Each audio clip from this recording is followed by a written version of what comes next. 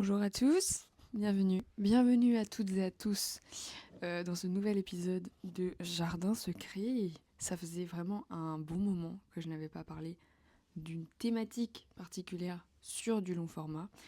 Et j'avoue que je souhaitais faire mon comeback podcast sur une thématique qui me tenait vraiment très à cœur. Deux points, ouvrez les guillemets, l'amitié. Ça commence très bien. Donc, on va parler d'amitié aujourd'hui. Et pour le contexte, en fait, c'est parce que cette année, j'ai un peu eu une forme de révélation. J'ai eu un déclic, en fait. Récemment, j'ai complètement arrêté de baser ma vie sociale sur ma vie sentimentale. Je sais pas si c'est clair, mais je vais développer, du coup. En fait, j'ai basculé, pardon, j'ai basculé toute mon attention sur mes amis et ma famille. Et je crois que c'est vraiment une des meilleures choses qui me soit arrivée. Parce qu'en fait, ça m'a comme levé un voile que j'avais sur les yeux, très métaphorique aujourd'hui, pour réaliser que en fait mon entourage est vraiment formidable.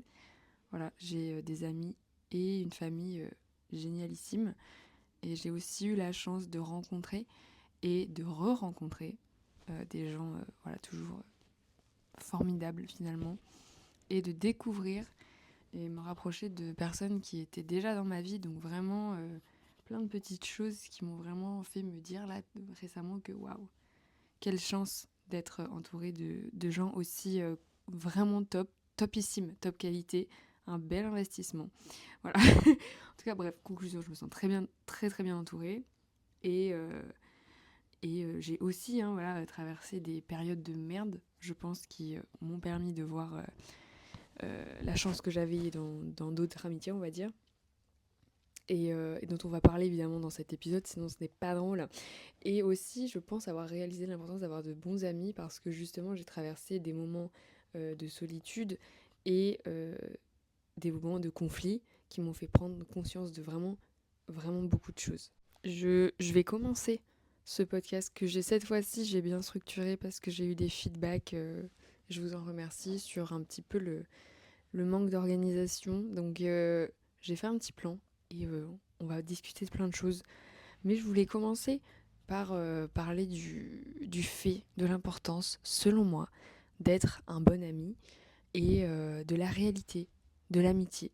Je pense qu'une des principales raisons pour lesquelles il y a beaucoup d'amitiés qui finissent par devenir amères, c'est que les gens estiment que leurs amis doivent avoir les mêmes valeurs qu'eux, slash agir comme eux. Mais la réalité, c'est que personne ne vous doit rien. Et soyez soulagés parce que vous ne devez rien non plus à personne.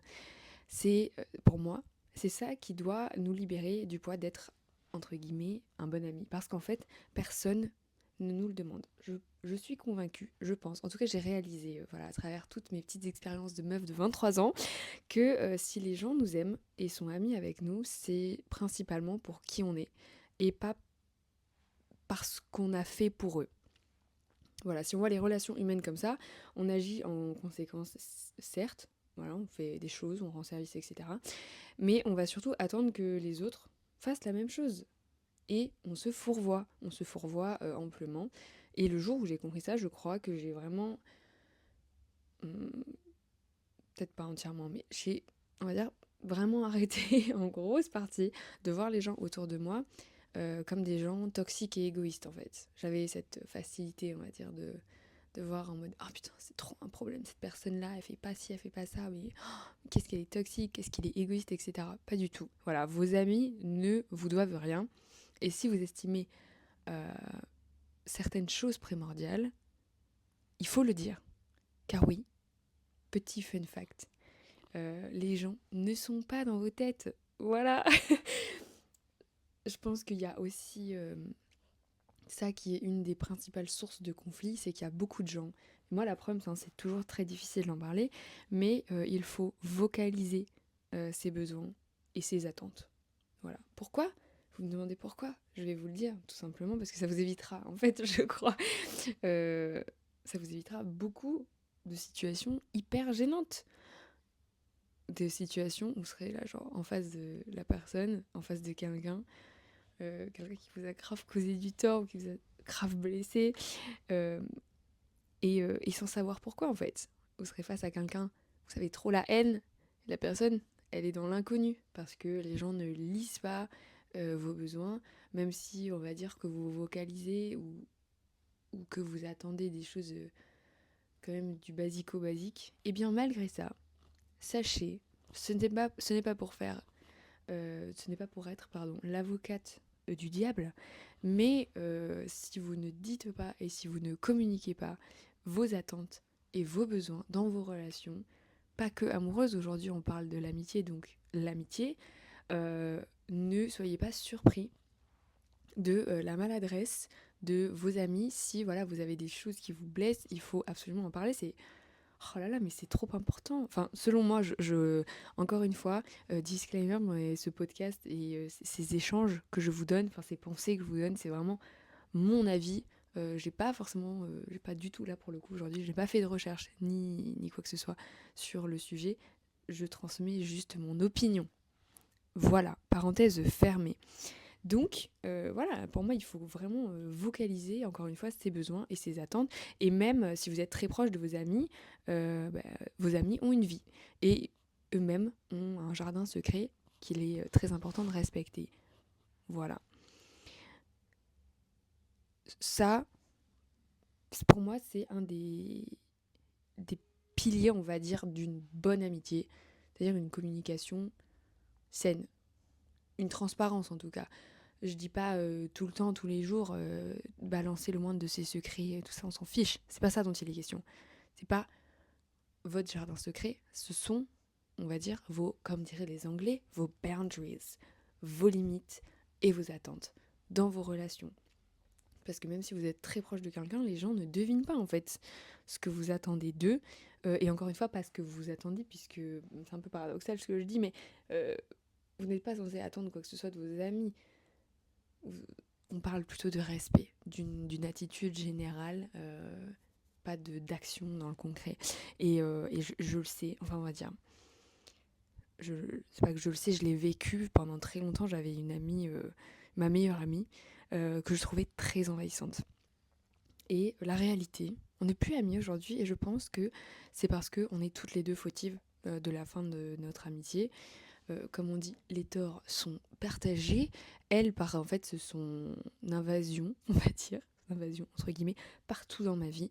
Et moi, parce que, eh bien voilà, j'ai pas su imposer ses boundaries, ses limites. Voilà. Aujourd'hui, on parle anglais. C'est un podcast multifonction. Et spoiler, je ne pense pas que même après, je ne pense pas que même si j'avais imposé mes limites, elle les aurait respectées. Et c'est là que la relation devient toxique. Donc voilà, je connaissais aussi la personne, c'est pour ça que j'osais pas forcément exprimer mes limites parce que je pense que vraiment elle aurait allègrement chié dessus. Voilà. Mais ça n'excuse pas le fait que moi je n'en ai pas parlé. Je pensais qu'elle les comprendrait pas donc je ne l'ai pas fait, mais rien en réalité me dit qu'elle n'aurait pas respecté mes limites. Bref. Mais même en amour, voilà, je pense que c'est voilà, hyper important, donc en amitié et en amour. Et je crois que si vous n'aimez pas vos amis, en tout cas moi si je n'aimais pas certains de mes amis, qui ne sont plus mes amis du coup aujourd'hui, c'est parce que ils font des choses qui me mettaient mal à l'aise. Et en fait ils ne le savaient pas. Ils ne savaient pas que ça me dérangeait. Donc voilà, peut-être qu'il y a des amis que vous n'aimez pas, qui vous dérangent parce qu'ils font des choses qui vous dérangent. En fait, vos amis vous dérangent par leurs faits et gestes parce que vous n'avez pas finalement vocalisé vos limites. Oui, je vous gaslight. Non, je rigole. Non, mais on va dire que c'est quelque chose à mentionner parce que, encore une fois, je pense qu'il y a beaucoup de gens qui attendent une attitude parce que c'est leurs attentes. Ils projettent finalement sur les autres. La réalité, c'est que non. Voilà, chacun a son passé, son éducation, sa façon de voir la vie, de voir les choses. Et donc, rien ne vous dit que vous voyez les choses d'une certaine façon, même si vous êtes très proche, que vous avez beaucoup de points communs avec certaines personnes, ça ne vous garantit pas que la personne elle agisse comme vous dans certaines situations. Et donc, si vous avez la haine, bah, vous êtes un peu responsable aussi de ne pas avoir su dire en temps et en heure. Oups, excusez-moi. Je reçois des SMS. C'est très quel manque de professionnalisme, c'est une catastrophe, excusez-moi. Mais donc je disais, une moto passe en plus de ça, vraiment c'est la catastrophe. Mais donc voilà, parenthèse fermée sur mon manque de professionnalisme. Passons maintenant à une partie importante, selon moi, qui est être un bon ami. Et encore une fois, là ça va vraiment être uniquement de la subjectivité. Ce n'est que mon avis. Et je suis très curieuse de savoir le vôtre, donc n'hésitez pas à me le transmettre. Selon moi, être un bon ami, c'est quelque chose de complexe, mais qui est à la fois assez simple. Ça commence très bien, le paradoxe, bonjour, dans le sens où être quelqu'un de bien, j'en ai déjà parlé dans une vidéo précédente, pour moi être quelqu'un de bien, c'est un choix qui demande des concessions sur soi-même et de la discipline. Mais une fois que, on va dire que, entre guillemets, c'est en route, ça devient facile. Pour moi, être une bonne personne, ça passe par des habitudes. Pas des habitudes d'hygiène de vie, faire du sport, bien manger et tout ça. Non, c'est faire le choix tous les jours, en se levant, de faire des choses, de dire des choses avec lesquelles on est en accord. Je sais que c'est un peu étrange parce que si tout le monde se comporte comme ça, peut-être que ça deviendrait hyper toxique. Mais du coup, c'est à faire dans la mesure du raisonnable. Mais selon moi, c'est vraiment ça qui fait qu'on est des gens bien, c'est qu'en fait, on fait des choses, on dit des choses, et on croit en elles, en ce qu'on fait, en ce qu'on dit. Voilà. C'est mon avis. Peut-être que c'est un avis catastrophique. J'en sais rien. Mais bon, comme je l'ai dit précédemment, de toute manière, je crois que ça se fait un peu par un déclic. On doit réaliser que les gens qui nous entourent, voilà, ils ne nous doivent rien. Et vos valeurs sont vos valeurs, vos attentes sur la vie, ce sont vos attentes sur la vie. Et c'est pas toujours les mêmes pour vos amis. Hein. J'espère que vous avez des gens qui sont quand même, qui n'ont pas vos clones. Et si vous en voulez aux gens, parce qu'ils ont un libre arbitre, parce qu'ils sont pas qu'ils vont pas dans le même sens que vous, qu'ils n'ont pas le même point de vue, je ne veux pas vous diagnostiquer, parce que je suis pas une professionnelle de la santé mentale, mais je pense que c'est hyper toxique de faire ça. Que ce soit vous qui le fassiez, ou votre ami, ou votre relation, parce que des fois, la toxicité, elle vient des deux parties. Hein. On parle pas forcément d'une relation hyper toxique d'un seul des deux parties. Des fois, ça arrive. Comme je l'ai dit, les torts sont partagés, et des fois, la toxicité, elle est là des deux côtés, ce qui consomme des fois les amitiés encore plus vite.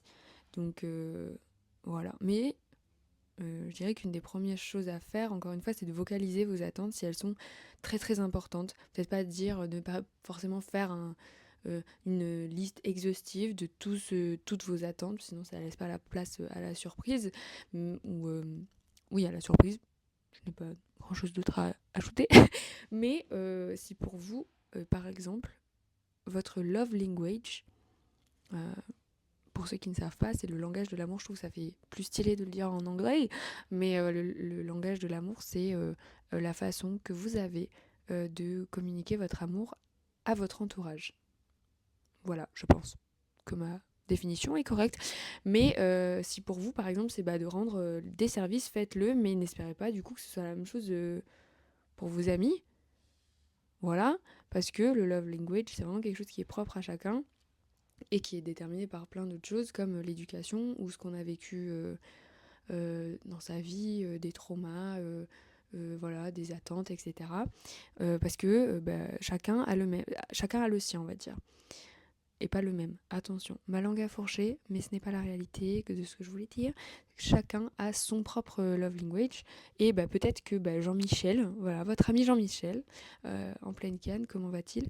Lui, voilà, c'est son love language, c'est le contact physique. Il veut faire des câlins à tout le monde pour dire à tout le monde, oh là là, mais je vous aime, vous êtes mes amis, vous êtes mon entourage. Voilà, il me faut toucher les gens afin de transmettre mon amour. Mais peut-être que peut-être que pour lui rendre des services, voilà, on prend le contre-exemple, c'est pas du tout naturel.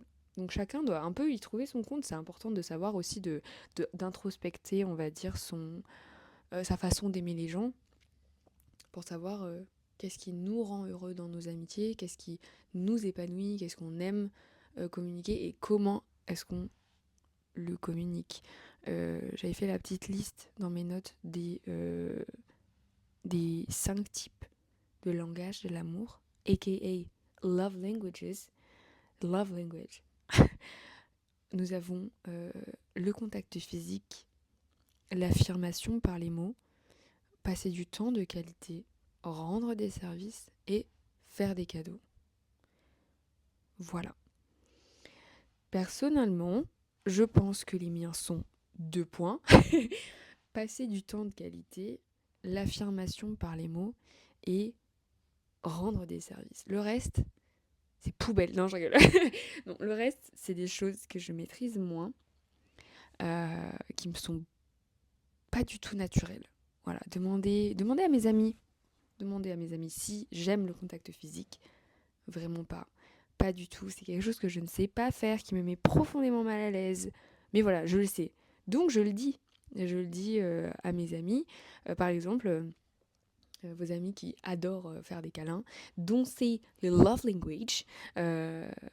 Moi, c'est pas mon truc. Et pareil, petite parenthèse, j'ai très peu d'amis dont c'est le cas. Et bien, le peu, ils le font pas parce qu'ils savent, j'ai exprimé ma réticence à recevoir cette forme d'amour. Et vu que la plupart des gens n'en ont pas qu'une, vu que la plupart des gens ont plusieurs... Enfin, ça j'en sais rien en fait. Enfin, sûrement.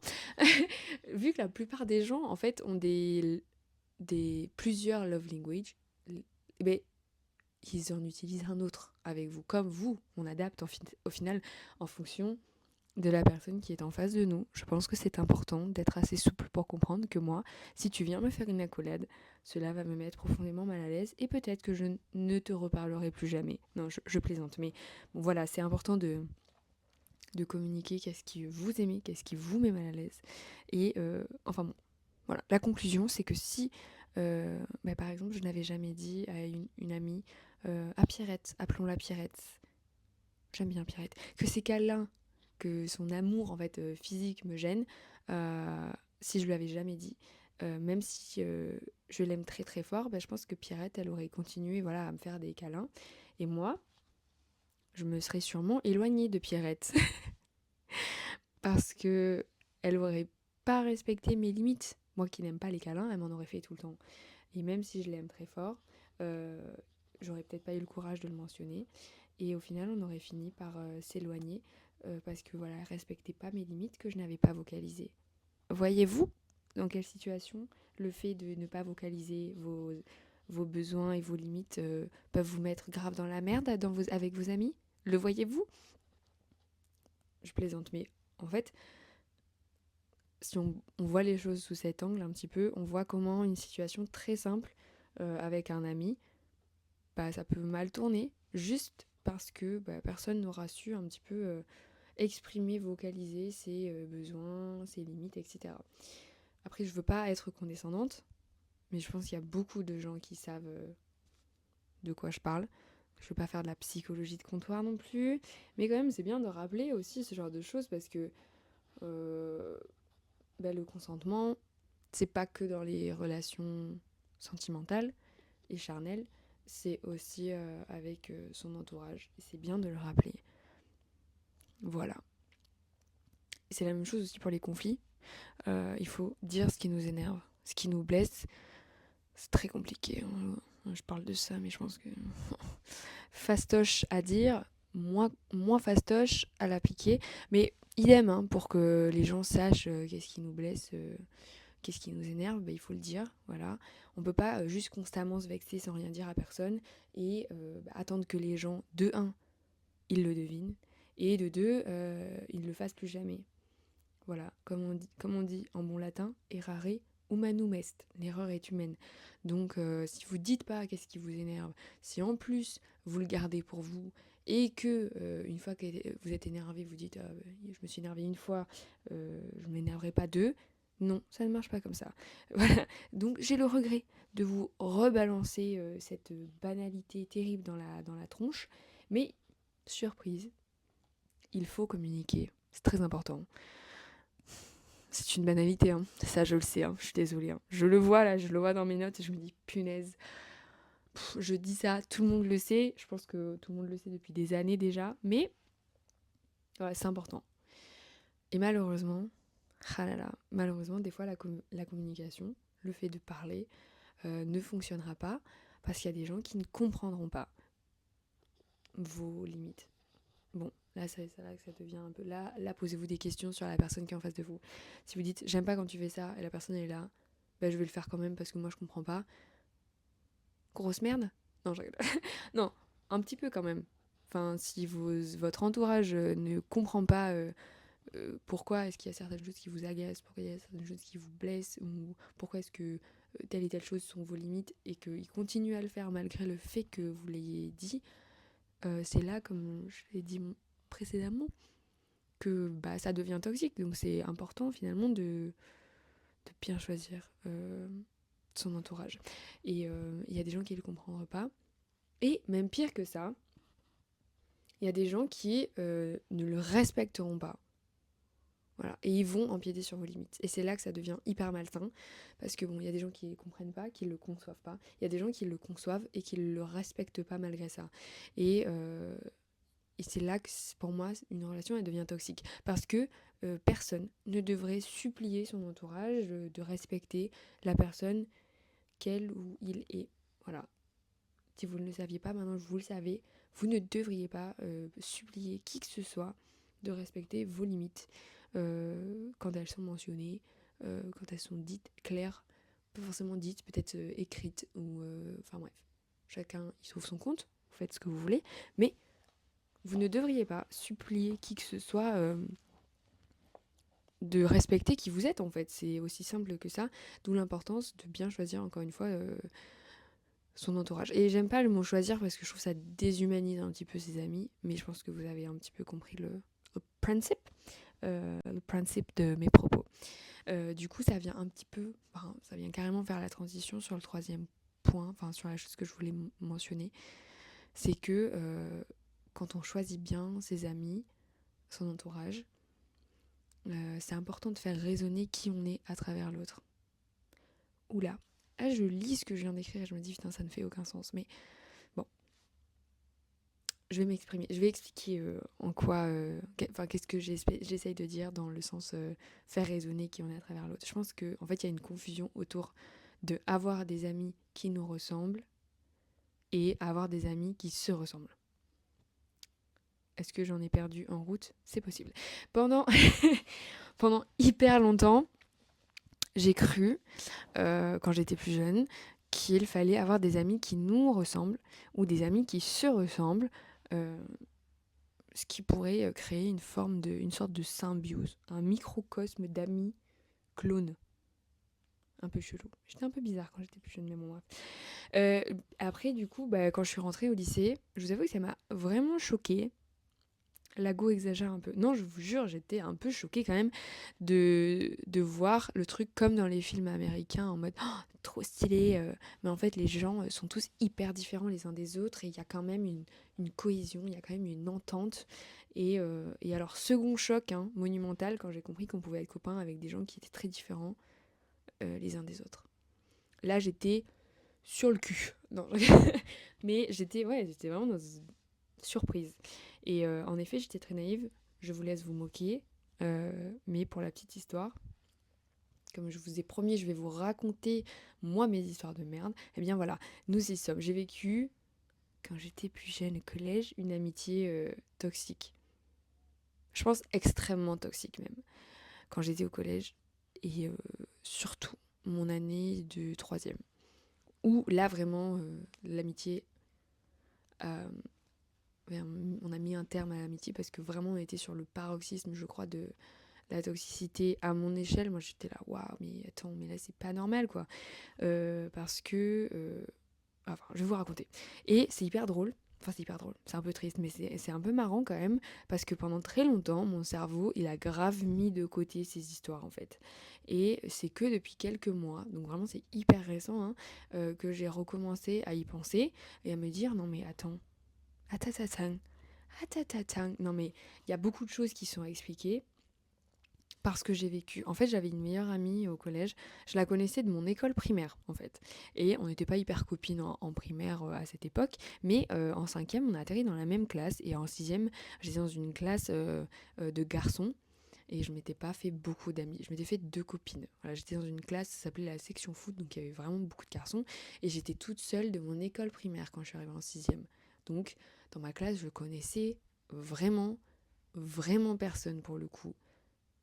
Année compliquée. Bref, et je me suis fait 2 copines. Quand je suis arrivée en cinquième, par contre, j'ai retrouvé tout un, on va dire, un noyau de copines qui existait déjà de mon école primaire. Et c'est là qu'on est vraiment devenus inséparables. Avec un petit groupe. Voilà, c'était vraiment on était 5, 4, 5. Et cette meilleure amie-là, c'était vraiment la chef. Voilà. Et elle le savait. Parce que on rentre un petit peu dans les détails, elle était hyper manipulatrice en fait, pour notre âge. Elle était très très maline et très manipulatrice. Jusqu'à la moitié de la troisième, cette amitié, elle a survécu par du mensonge, de la manipulation, de l'humiliation et du gaslight. Pour vous dire un petit peu la personne. Avec du recul, euh, j'aime pas dire ça, mais avec du recul, en vrai, maintenant que j'ai mis les choses un peu à plat, je pense que cette meuf est clairement été une perverse narcissique. Et je dis été parce qu'en fait, j'ai plus du tout de nouvelles d'elle. Donc je ne saurais pas vous dire si c'est toujours la même personne aujourd'hui, parce que j'en sais rien et j'ai pas envie de blâmer ce qu'elle est aujourd'hui parce qu'elle a fait quand elle était plus jeune. Elle était très intelligente, mais est-ce qu'elle était consciente que ce qu'elle faisait était mal? Je ne sais pas. Donc c'est pour ça, on s'en fiche de toute manière. Mais ça m'a profondément traumatisée. Vraiment. Parce que ça m'a tellement traumatisée que j'en ai oublié une partie de mon adolescence, quoi. Et ça a refait surface très récemment, en fait. Un jour, j'y ai repensé. Je sais plus dans quel contexte, je sais plus. Je pense que c'est ma mère, parce qu'on vient du même petit village au fond euh, de ma Corrèze natale. Mais en fait, ma mère a dû m'en reparler en me disant qu'elle avait croisé sa mère, tu vois, un truc comme ça.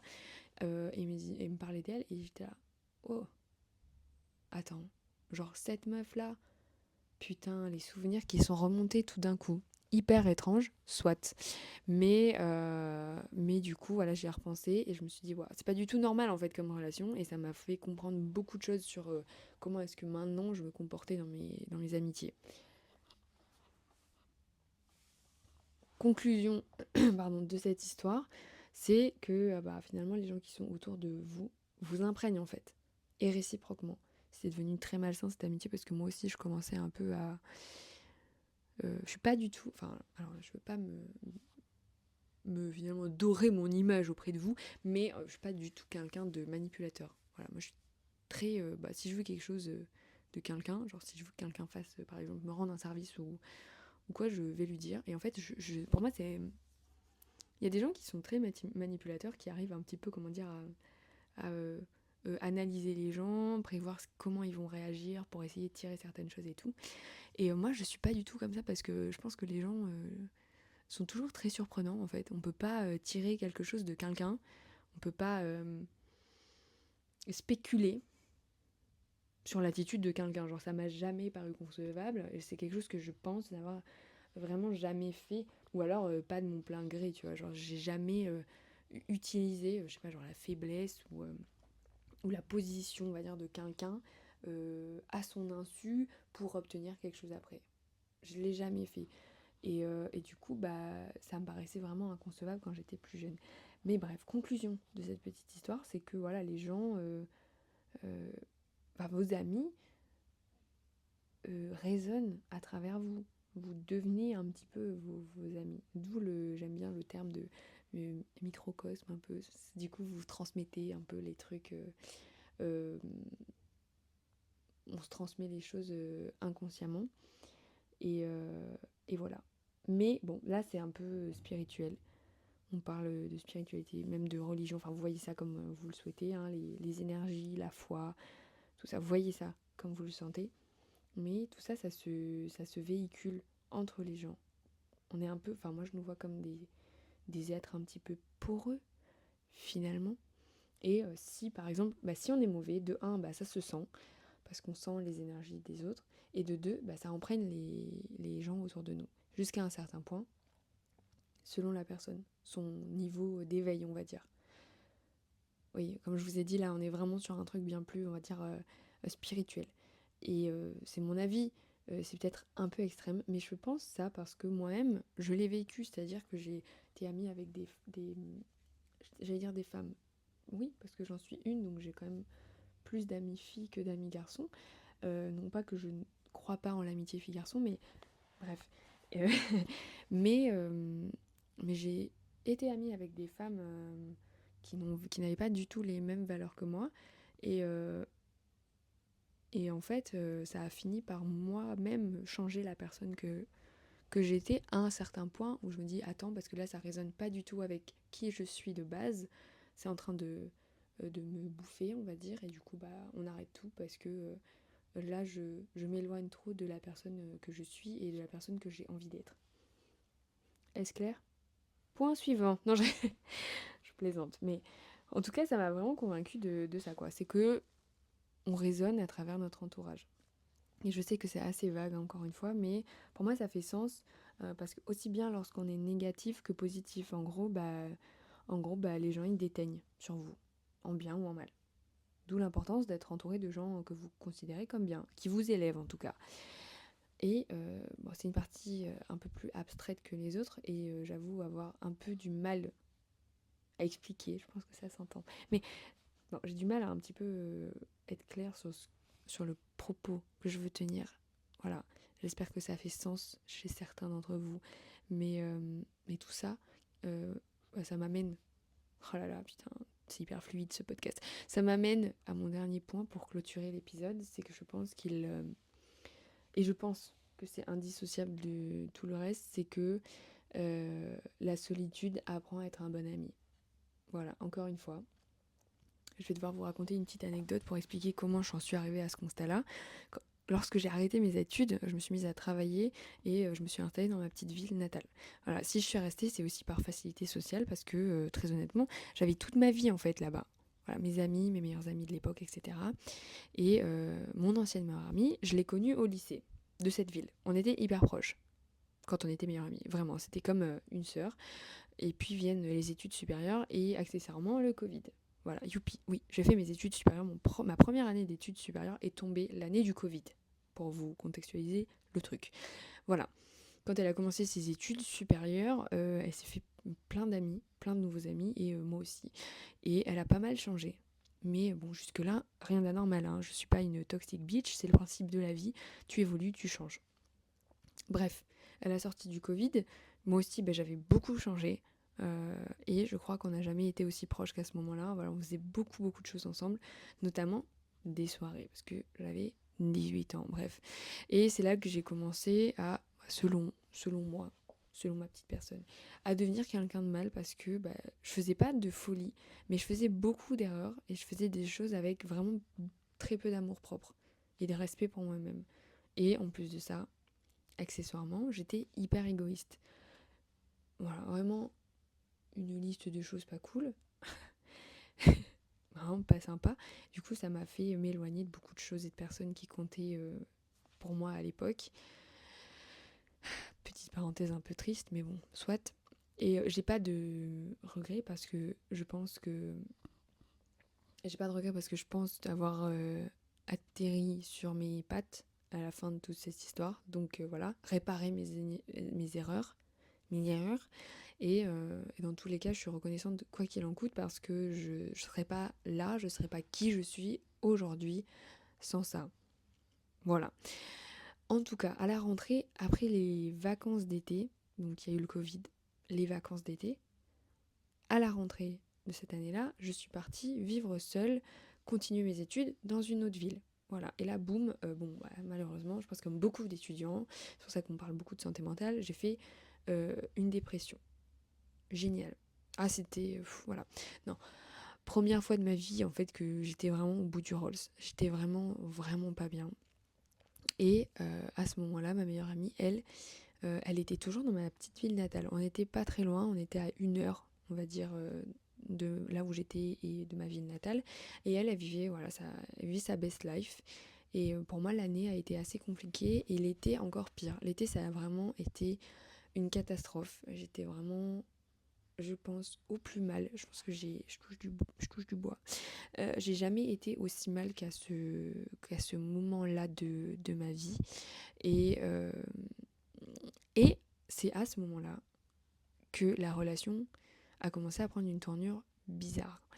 Parce que moi, j'étais très mal mentalement. Et je commence à sentir l'écart de maturité entre nous. C'est-à-dire que j'étais très mal et je commençais à prendre conscience de plein de choses aussi. Enfin, c'est-à-dire que je commençais un peu, on va dire, à prendre conscience de ma dépression et de mon état mental et à la fois de son attitude vis-à-vis de ça. Donc, je commence à sentir le gap qui se creuse. Et ça, malheureusement, ça n'a fait qu'en empirant. Parce qu'à la rentrée suivante, donc après cet été catastrophe, elle a aménagé dans la même ville que moi. Et c'est là que c'est vraiment devenu la descente aux enfers pour moi. Parce qu'elle était en plus, ça a été à 2 minutes de chez moi à pied, enfin bref. Et parce que, en fait, je vous rappelle que du coup, on a passé un an où moi j'étais dans ma ville où je faisais mes études et elle est restée dans ma ville natale. Et en fait, je découvre une autre personne, un nouveau visage. Et principalement, enfin, des attitudes qui étaient hyper problématiques. J'aime pas dire ce mot, mais bon, je vais le dire quand même. Je trouvais qu'il y avait beaucoup de vices, on va dire. Et moi, je commence à peine à sortir la tête de l'eau à la rentrée, au début de cette année scolaire, émotionnellement, que je me mange cette réalité en pleine face. Je déteste ma meilleure amie, en fait. C'est ça dont je me rends compte. Et malgré ça, je reste amie avec elle, par lâcheté, en fait. Tout simplement. C'est une question de lâcheté. Voilà. Ce n'est pas glorieux, mais bon, j'assume. J'avais pas du tout le courage d'imposer mes limites parce que j'avais peur d'être toute seule. Parce qu'on avait vraiment construit un, un, un grand cercle social, je dirais, autour de nous. Du coup, je subis, entre guillemets, parce que j'avais le choix aussi de dire non. Hein. Encore une fois, on est sur le truc de communication, mais j'avais le choix de dire non.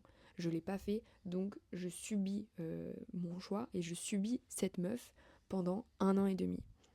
Voilà, et imaginez du coup l'horreur un peu pour nous deux. Parce que du coup, ça a aussi, elle, dû l'impacter. Et c'est à la fin de cette année scolaire que je commence à bosser, à travailler, vraiment à travailler quoi. Et vraiment, ça, je pense que c'est une des choses qui a fini d'enterrer notre amitié pour 2 raisons. Parce que, raison number one, travailler, moi ça m'a fait énormément mûrir. Sur du long terme en tout cas, enfin, ça m'a fait mûrir. Ouais, je pense. Et raison number two, c'est que j'ai rencontré des gens incroyables qui m'ont fait comprendre que qu'est-ce qui était vraiment des amis en fait. Voilà, j'ai eu cette chance-là, que en fait mes collègues sont devenus mes amis.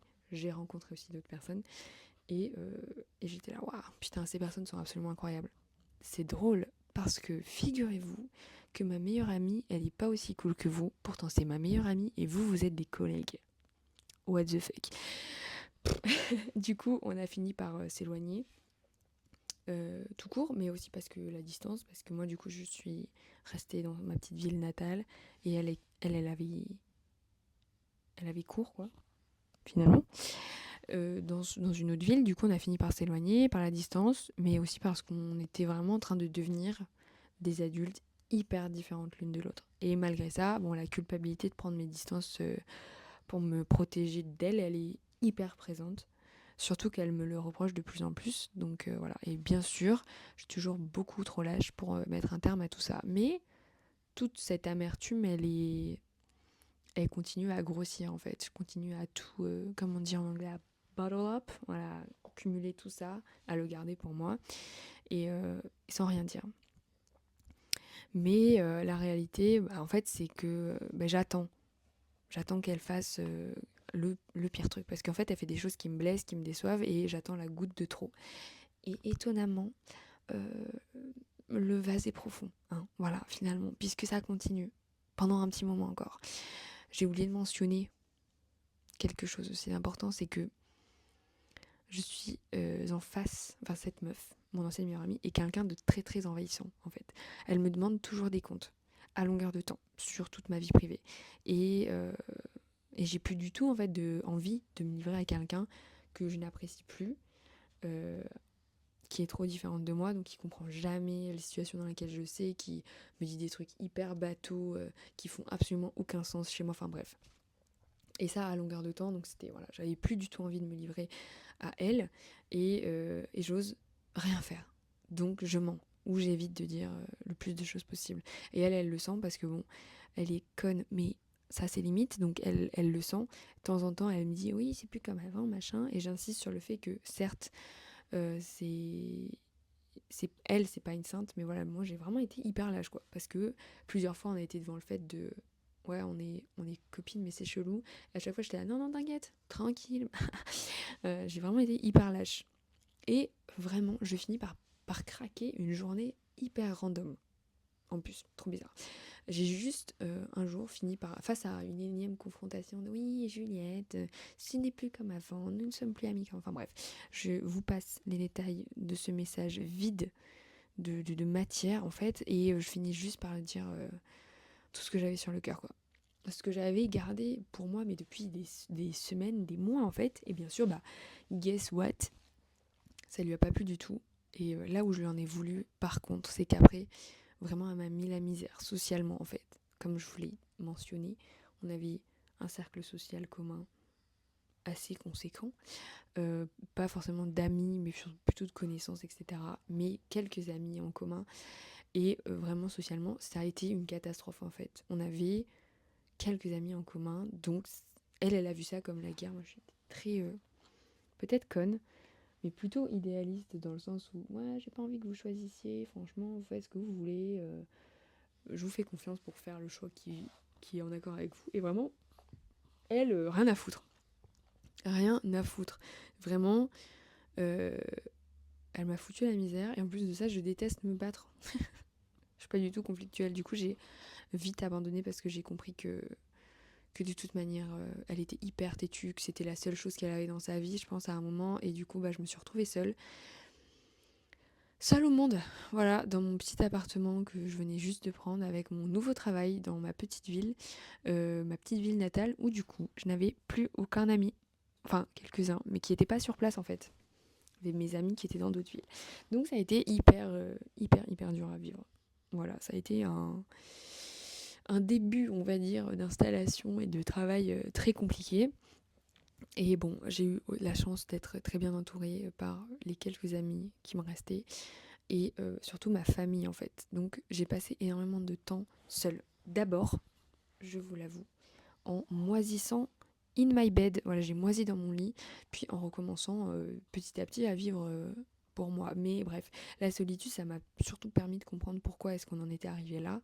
Vous savez, quand on est seul, on prend du recul sur son passé, je pense comme beaucoup de gens. Mais bref, je me suis retrouvée face à mes erreurs, à mes défauts, et pendant des semaines, des mois, j'ai pu me faire une idée plus claire de l'ami que j'avais envie d'être pour les autres. Voilà, excusez-moi. Cette histoire est particulièrement longue. Bon, c'est du passé maintenant, hein. Mais j'ai été amère pendant un petit moment quand même. J'ai eu le seum pendant un moment parce que je comprenais pas pourquoi. Maintenant, je pense avoir la maturité émotionnelle pour dire que, bon, de un, perdre ses amis, c'est la vie. Et de deux, bah, j'ai mes torts. Je les assume bien plus qu'avant. Des fois, c'est dur à accepter. euh, et vous pouvez investir toute l'énergie que vous avez dans une relation. Il y a certaines qui sont impossibles à sauver parce qu'il y a trop de choses qui vous séparent de la personne. C'est une autre forme, on va dire, de rupture amicale. Des fois, vous allez aimer la personne, mais la vie fait que ça ne fonctionne pas. Enfin bref. En conclusion, je pense qu'avoir perdu ma meilleure amie, m'être retrouvée seule pendant un moment, je pense que c'est comme ça que j'ai pu devenir une personne un petit peu mieux. Voilà, je suis pas la personne la plus saine, ça c'est clair. Chacun ses chimères, mais maintenant, je me sens beaucoup moins acculée que quand j'étais seule, donc j'ai pu prendre du recul. Et même quand elle s'impose à nous, des fois c'est difficile de tirer du bon de la solitude en fait. Ça qui était le plus dur, c'est que vraiment sur le coup j'étais là, putain mais c'est injuste. Certains jours c'est un supplice. Voilà, mal vivre la solitude, je crois que c'est un des trucs, c'est horrible, mais c'est intimement lié au fait que vous finissez, si vous décidez de vous battre pour vous-même, vous allez finir par voir votre valeur par... Enfin, attendez, let me rewind. Quand vous êtes seul, vous finissez par voir votre valeur autrement que par l'amour que vos amis vous donnent. C'est pour ça que je pense que c'est nécessaire de passer par la solitude, parce que c'est nécessaire de comprendre que vous avez de la valeur, même si vous êtes seul au monde. Je redis, au cas où, pour ceux du fond qui n'ont pas entendu, vous avez de la valeur. Même seul, vous avez de la valeur, point, à la ligne. Voilà, petit message de love. Enfin bon, ça fait déjà 45 minutes que je parle, le temps passe vite. Quand je parle de moi-même, je suis tellement narcissique. Ouais, pour conclure, je pense cet épisode être donc cet épisode sur l'amitié, être un bon ami, on va dire. Pour moi, ça réunit beaucoup de facteurs, déjà, à commencer par sa propre vision, sa propre perception de l'amitié. Parce que bon, je vous ai exposé la mienne. Je dis pas, il n'y a pas de bonne ou mauvaise vision. Je serais hyper curieuse de savoir laquelle est la vôtre. Quand je parle avec mes amis, bien sûr, je me suis entourée de gens quand même qui sont en accord avec les mêmes choses que moi. Mais donc toujours, c'est à peu près toujours d'accord, d'un commun accord, on va dire. Mais peut-être que vous, pas du tout. Donc mettez-le moi en commentaire.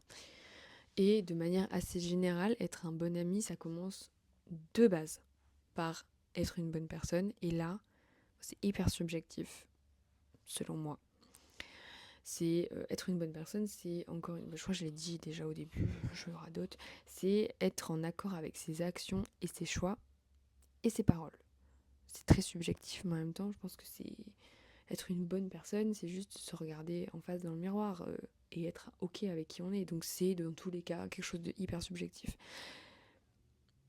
Et ça passe aussi, comme mentionné à la toute fin, par la solitude, parce que je n'en démordrai jamais. Mais pour moi, être seul et accepter le fait d'être seul, ça fera de vous quelqu'un de mieux, en fait. Parce que c'est l'acceptation de la solitude qui fait réfléchir sur le fait que, oui ou non, on est une bonne personne, en fait. Donc, vous êtes seul. Est-ce que je suis une merde? Si je suis une merde, qu'est-ce que je peux faire pour être mieux? Et est-ce que je suis seule? Est-ce que... Je suis seule, est-ce que je suis quelqu'un de bien? Oui, eh bien, j'ai de la valeur malgré le fait que je suis seule. Pour conclure, petit schéma de fin. Voilà. Bon, c'est tout pour ce podcast. Petit débité, c'est déjà pas mal. N'est-ce pas? N'est-ce pas déjà pas mal? N'hésitez pas à me dire ce que vous avez pensé de tous les points évoqués. Je sais que c'est un petit peu long. Chaque fois, c'est assez conséquent quand même. Mais n'hésitez pas, s'il y a des choses qui vous ont interloqué, de me dire en commentaire ce que vous en pensez. Et de vous abonner aussi, parce que j'ai d'autres vidéos qui arrivent très cool. Ce ne sera pas des podcasts, ça va être des vidéos du format un peu plus ou moins classique, des petites choses, je vous tease. Mais voilà, ça va être trop cool et j'ai vraiment hâte de vous partager tout ça. Du coup, voilà. J'espère que cette vidéo vous aura plu, ce petit podcast. Je vous fais des énormes poutous. Merci de m'avoir écouté. Et à très bientôt. Gros bisous.